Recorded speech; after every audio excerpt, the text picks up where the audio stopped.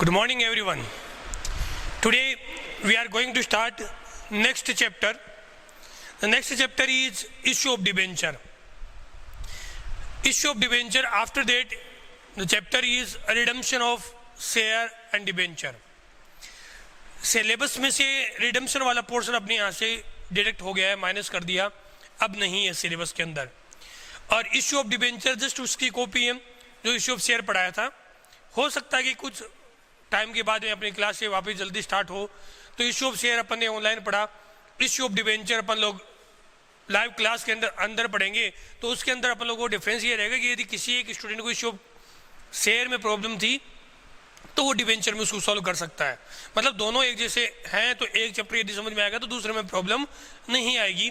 इसलिए मैं उस पोर्शन को बस इतना ही करवाएंगे. उसके बाद में कुछ एक चैप्टर ऐसे जो आरबीएसई राजस्थान बोर्ड और सीबीएसई बोर्ड दोनों में एक जैसे हैं.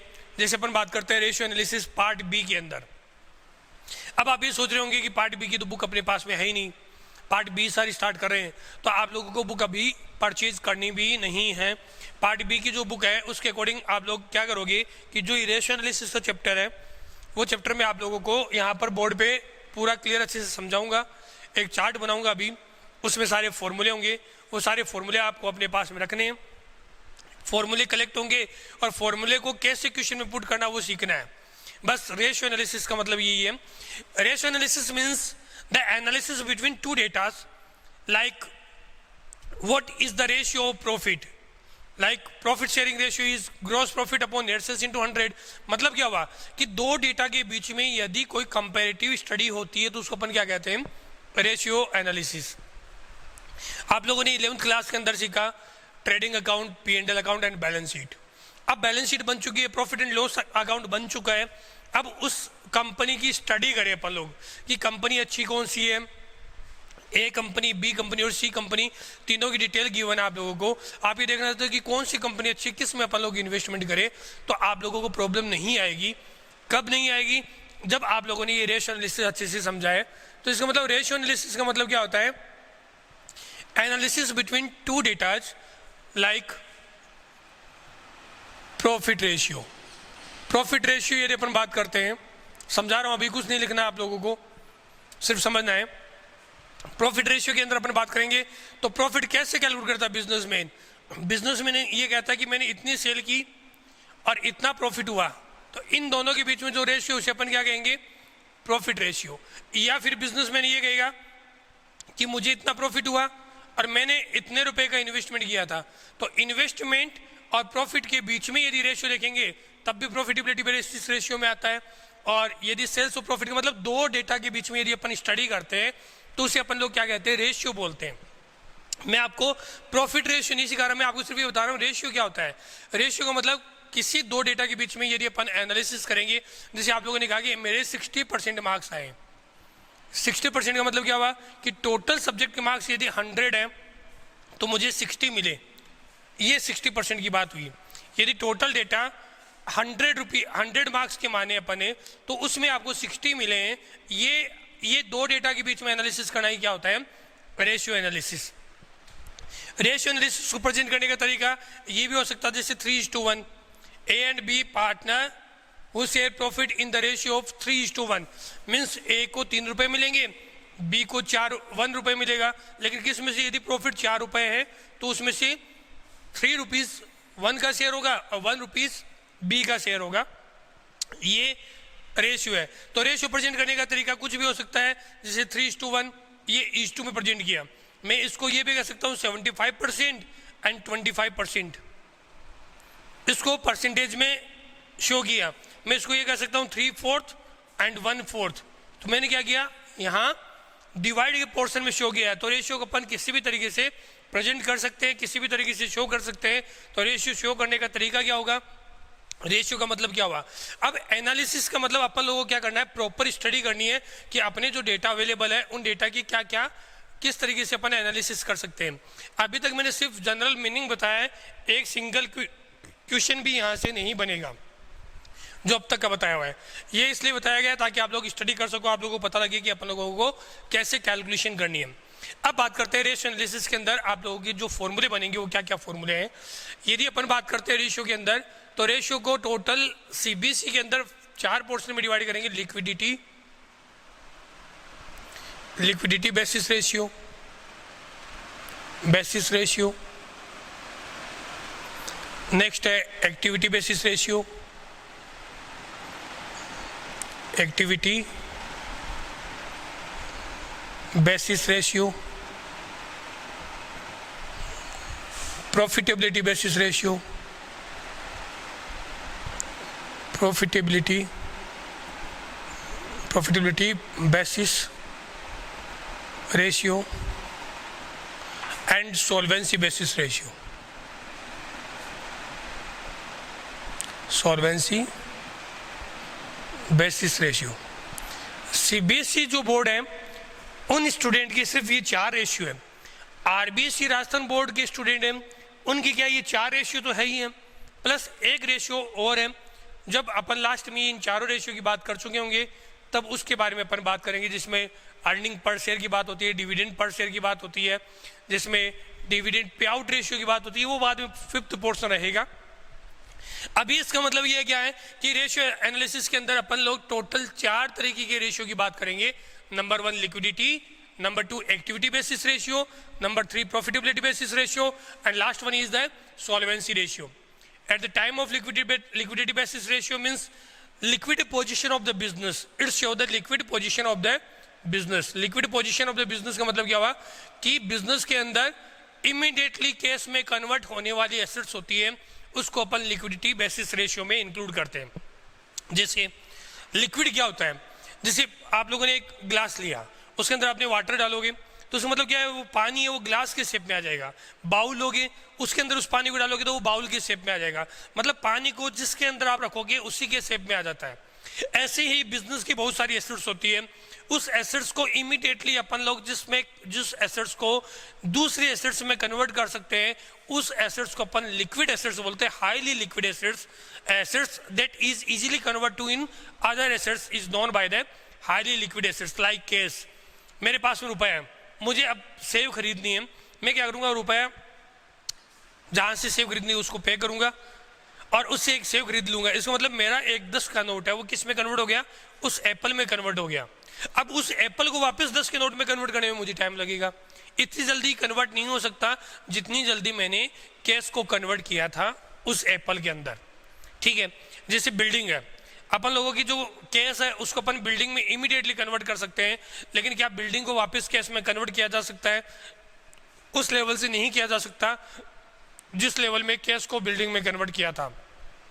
आप लोगों ने कोई प्रॉपर्टी परचेज कर ली, जमीन खरीदी है, लैंड परचेज किया, cash convert into land easily convert कर सकते हो।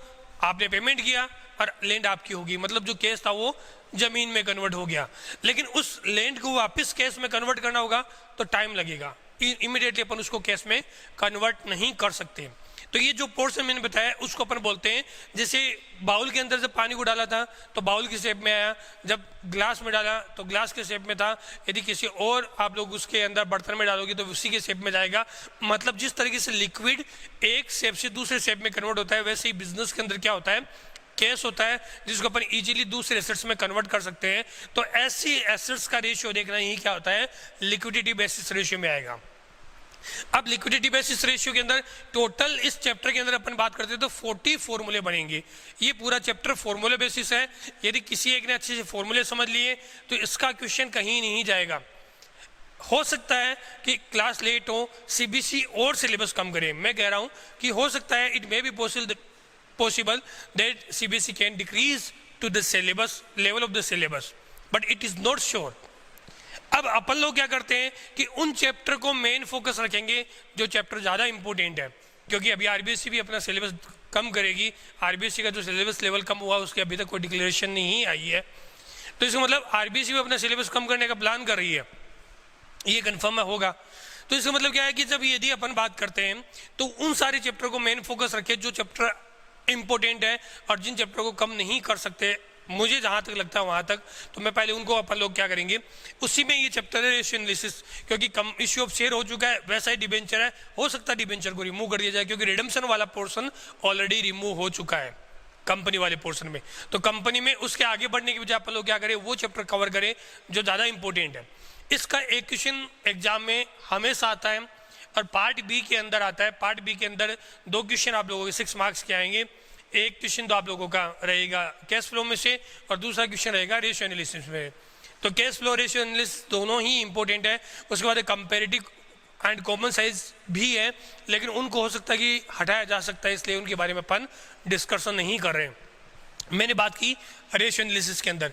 तो रेशियो एनालिसिस में मैंने बताया liquidity basis ratio means a ratio that assets that can be easily convert into the other assets known by the liquid assets. In liquidity basis ratio we calculate first current ratio, current ratio. Number 2 quick ratio, quick ratio, liquid ratio and acid test ratio. Acid test ratio ये एक ही बात है। इसी फॉर्मूले का नाम liquid है, इसी का क्विक है और इसी का एसिड टेस्ट है। तीनों एक ही नाम है, किसी भी नाम से आ सकता है एग्जाम के अंदर। तो ये चीज अपन 2 रखेंगे। ये 2 फॉर्मूले इसमें मेन है, लेकिन एक फॉर्मूला इसमें अपन एक्स्ट्रा लेकर चलते हैं। वो फॉर्मूला है नंबर 3 पे, उसको अपन बोलते हैं वर्किंग कैपिटल। Working capital. अभी अपन इन 3 फॉर्मूले की ही बात करेंगे। उसके बाद में सेकंड वाले में 8 फॉर्मूले, प्रॉफिटेबिलिटी बेसिस रेशियो में 4 फॉर्मूले सेल्स बेसिस है और 2 फॉर्मूले इन्वेस्टमेंट बेसिस है। फिर सॉल्वेंसी वाले बेसिस रेशियो में 4 फॉर्मूले हैं। इस तरीके से मेन जो टोटल आपके फॉर्मूले बनेंगे वो 3 + 8 11, 11 + 4 15, 15 + 2 17, 17 + 4 21। इन 21 फॉर्मूले के बाद में सब फॉर्मूले और बनते हैं, वो भी अप्रोक्सीमेट 20 फॉर्मूले बनते हैं। तो टोटल अपन ये देख सकते हैं 40-42 के आसपास फॉर्मूले बनेंगे। जिन स्टूडेंट को ये चैप्टर स्टार्टिंग में जो मैं बता रहा हूँ डिटेल समझ में आएगी, तो इस चैप्टर में कहीं कोई प्रॉब्लम नहीं आएगी। सिंपल फॉर्मूला है, सिंपल तरीके से इंप्लीमेंट करना है। यदि आप 42 फॉर्मूलों के एक साथ में लर्न करेंगे तो कभी लर्न भी नहीं होगा। इसलिए मैं साथ साथ में आपको बता रहा हूँ कि जो मैं आज इस लिक्विडिटी बेसिस रेशियो एक्सप्लेन कर रहा हूँ, तो इन लिक्विडिटी के 3 फॉर्मूले आपको बताऊंगा। ये तीनों फॉर्मूले आपको आने चाहिए। लिक्विडिटी बेसिस रेशियो के अंदर स्टार्टिंग के जो क्वेश्चन बनेंगे 1 to 25, ये क्वेश्चन भी इसी के बेसिस पे, मतलब अपन ये चैप्टर ही इस वीक के अंदर मोस्टली ये पोर्शन ही चलेगा। तो इसके अंदर जो 25 क्वेश्चन करना और उसके साथ में अपन लोग इलिस्ट्रेशन भी सोल्व करते हैं, ये करना। तो ये 2 पोर्शन जो आप लोग करोगे तो आपको प्रॉब्लम नहीं आएगी। हो सकता है कंपनी वाले पोर्शन में आप लोगों को कुछ प्रॉब्लम रही हो, उसका और इसका कहीं कोई लिंक नहीं है। नया कंसेप्ट स्टार्ट हो रहा है, अच्छे से ध्यान से समझिएगा। तो करंट रेशियो का मतलब क्या है? करंट रेशियो की अपन डिस्कशन करते हैं तो करंट रेशियो का जो फॉर्मूला होता है वो होता है current assets, current assets upon current liabilities, current liabilities. ये इसका फॉर्मूला रहेगा और इसका आइडियल रेशियो होता है वो होता है 2:1। ये आइडियल रेशियो जो एग्जामिनर आता है आप लोगों के पास जब प्रैक्टिकल की बात करते हैं तो वो जरूर पूछता है। एग्जाम में भी हो सकता है मल्टीपल चॉइस क्वेश्चन में पूछ लिया जाए, इसलिए आप लोगों को ये चीज़ ध्यान रखनी है। अपन ने बात की लिक्विडिटी बेसिस रेशियो। लिक्विडिटी के अंदर वो सारी एसेट्स और लायबिलिटी की बात करते हैं जिसको इजीली अपन दूसरे एसेट्स या दूसरी लायबिलिटी में कन्वर्ट कर सकते हैं। इसके अंदर नंबर 1 आया करंट रेशियो। करंट रेशियो का फॉर्मूला है वो current assets upon current liabilities. अब ये पता होना चाहिए करंट क्या है और नॉन करंट क्या है। देखिएगा, सबसे पहले अपन बात करते हैं करंट एसेट्स, करंट एसेट्स। फिर अपन बात करेंगे current liabilities, current liabilities. Current assets और नॉन करंट एसेट्स, इसको तो बोलेंगे, जो एसेट्स में लिखूंगा अभी उनको तो बोलते हैं करंट एसेट्स, और जो उस कैटेगरी में नहीं आती उनको बोलते हैं नॉन करंट एसेट्स। या तो मैं टेबल बनाऊंगा, उस टेबल को लर्न करना, या मीनिंग समझना। मीनिंग समझती आपको सारी टेबल पूरी कंप्लीटली क्लियर हो जाएगी कि कौन कौन सी एसेट्स करंट होती है और कौन कौन सी नॉन करंट है। 11th क्लास के अंदर भी एक्सप्लेन किया था, फिर भी सुनिएगा। ऐसी एसेट्स जिस एसेट्स को अपन विदिन 1 ईयर दूसरी एसेट्स में कन्वर्ट करते हैं, उस एसेट्स को अपन क्या बोलते हैं? Current assets. Assets that is convert into other assets within 1 year that is known by current assets, यानी एक साल के अंदर अंदर दूसरे एसेट्स में कन्वर्ट कर ही देते हैं। जो एज इट इज फिक्स नहीं रहती है उसको अपन क्या बोलते हैं, करंट एसेट्स। बिजनेस के अंदर ऐसे कौन कौन से एसेट्स है जिसको अपन करंट एसेट्स नहीं बोलते हैं, जिसको एक बार इन्वेस्टमेंट करने के बाद में कुछ टाइम के बाद 3 साल 5 साल 10 साल अपने पास में रहती है।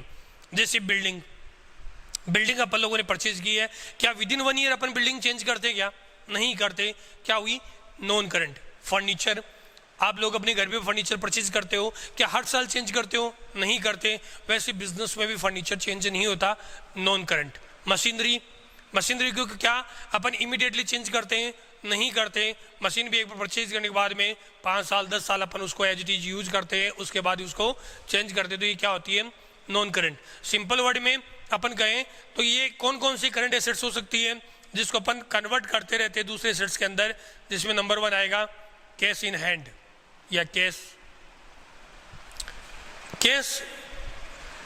आपके पास में जितना आ जाए कल ही उसके अलग होगा, हो सकता है कि उसमें इंक्रीज हो या हो सकता है उसके अंदर आप लोगों ने डिक्रीज कर दिया हो, किसी को पेमेंट किया हो, तो कैश की वैल्यू चेंज होती रहती है, फिक्स नहीं रहती। इसका मतलब कैश हाईली लिक्विड एसेट्स है, इसलिए उसको कैश को अपन नंबर 1 रखते हैं। सेकेंड नंबर पे आता है बैंक बैलेंस भी कन्वर्ट होता रहता है, मतलब अपन बात करें highly liquid assets, in highly liquid assets we include number 1 cash, number 2 bank and number 3 marketable securities। marketable securities।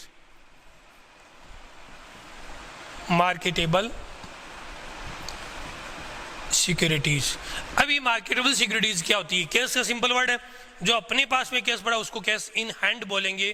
Cash at bank, जो बैंक बैलेंस अपने पास में, क्योंकि उसमें भी चेंज होता रहता है, कोई अपन ने बैंक के थ्रू पेमेंट किया या किसी एक बंदे ने चेक अपन को डिपॉजिट किया है, अपन ने बैंक के अंदर डिपॉजिट करवाया और बैंक का बैलेंस भी इंक्रीज और डिक्रीज होता रहता है, चेंज होता रहता है। मार्केटेबल सिक्योरिटी के अंदर आता है कि a security that is short term security, ठीक है ना। इसके अंदर कौन सी सिक्योरिटी को इंक्लूड करेंगे, short term securities. Short term securities का मतलब क्या है, जिसको 3 मंथ 4 मंथ 6 मंथ तक अपन परचेज करते हैं। जैसे आप लोग करवाते हो एफडी, यदि लॉन्ग टर्म के लिए है तो वो किस में आएगी, नॉन करंट एसेट्स में, और शॉर्ट टर्म के लिए आप लोगों ने कुछ महीने के लिए 1 साल के लिए करवाया तो वो किस में आएगी, शॉर्ट टर्म के अंदर। जैसे आप लोगों ने ये केसीसी परचेज कर रखा है, और केसीसी जो होता है किसान क्रेडिट कार्ड, वो यदि आप लोगों ने लॉन्ग टर्म के लिए तो वो किस में आएगा, नॉन करंट एसेट्स में, और इमीडिएटली आपको पेमेंट करना है तो वो क्या होगा, करंट एसेट्स या करंट लायबिलिटीज के अकॉर्डिंग इंक्लूड करेंगे। बात करें बैंक बैलेंस के अंदर इंक्लूड हुआ उसके लिए। उसके बाद में बोलते हैं commercial paper, bill of exchange, 11th class में पढ़ा था बिल ऑफ एक्सचेंज कितने महीने का होता है, 3 मंथ 4 मंथ 6 मंथ, तो इन सबको अपन किस में इंक्लूड करते हैं, इसके अंदर इंक्लूड करेंगे। तो number 1 case, number 2 bank, number 3 marketable securities. ये वर्ड यही लिखा हुआ मिलेगा, मार्केटेबल सिक्योरिटीज या शॉर्ट टर्म सिक्योरिटीज के नाम से मिलेगा। नंबर 4 जो बिजनेस में चेंज होता रहता है वो है डेटर्स अपनी एसेट्स हैं जो बिजनेस में चेंज होते रहते हैं। नंबर 4 डेटर्स है। उसके बाद बिजनेस का स्टॉक है वो चेंज होता रहता है, स्टॉक। आप लोगों ने जो गुड्स परचेज किया है जिसको अपन लोग वापस रीसेल करेंगे उसको अपन लोग स्टॉक में इंक्लूड करते हैं, वो चेंज होता रहता है, इसलिए डेटर्स, स्टॉक। 5th नंबर पे 6 पे अपन बोल सकते हैं bills receivable, BR, bill of exchange का पोर्शन पढ़ा था आप लोगों ने। 7 नंबर पे अपन इसके अंदर इंक्लूड कर सकते हैं, इसके अंदर होगा प्रीपेड एक्सपेंसेस,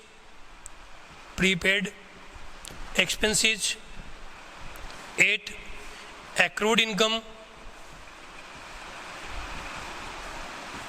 ये सारी अपनी क्या है, करंट एसेट्स। और भी बहुत सारी होती है जिसको आप लोग इजीली देखने लग जाओगे, समझने लग जाओगे, धीरे धीरे क्वेश्चन कंप्लीट होगा, वैसे वैसे आप लोगों को क्या होगा, समझ में आने लग जाएगा।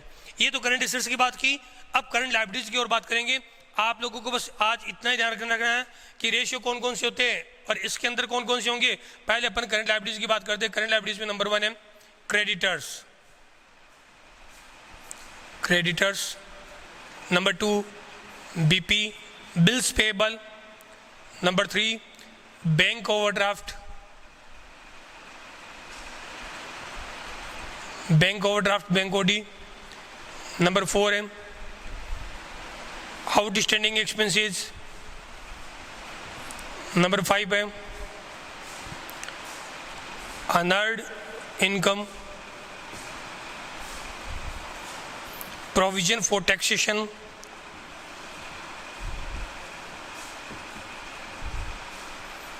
प्रोविजन फॉर डिविडेंड,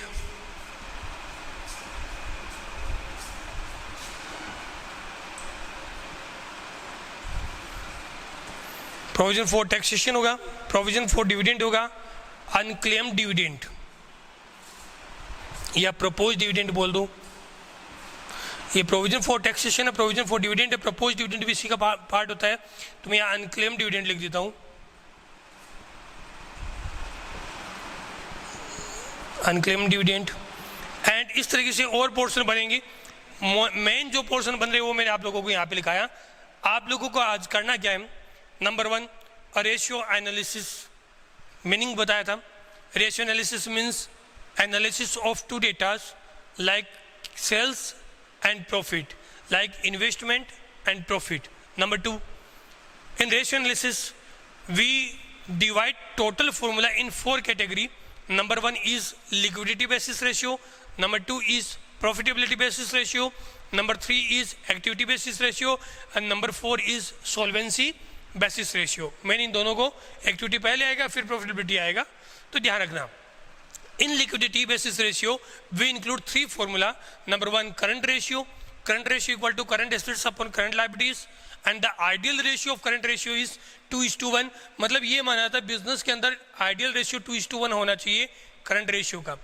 नंबर 2 है क्विक रेशियो। क्विक रेशियो का जो फॉर्मूला वो लिख देता हूँ, आप लोगों को सिर्फ लर्न करना है, एक्सप्लेन बाद में करूँगा नेक्स्ट क्लास के अंदर। क्विक रेशियो का फॉर्मूला होगा वो होगा quick assets upon current liabilities, current liabilities and ideal ratio of quick ratio is 1:1. Quick assets की जगह अपन ये वर्ड भी यूज कर सकते हैं, लिक्विड एसेट्स या एसेट टेस्ट एसेट्स भी बोल सकते हैं। And working capital equal to current assets minus current liabilities. ये 3 फॉर्मूले आपको लर्न करना है, इसका कोई आइडियल रेशियो नहीं होता है। सुनिएगा, current ratio equal to current assets upon current liabilities and current assets that is easily convert into other assets within 1 year is known by the current assets and current liabilities is the liability that is payable within 1 year is known by current liabilities.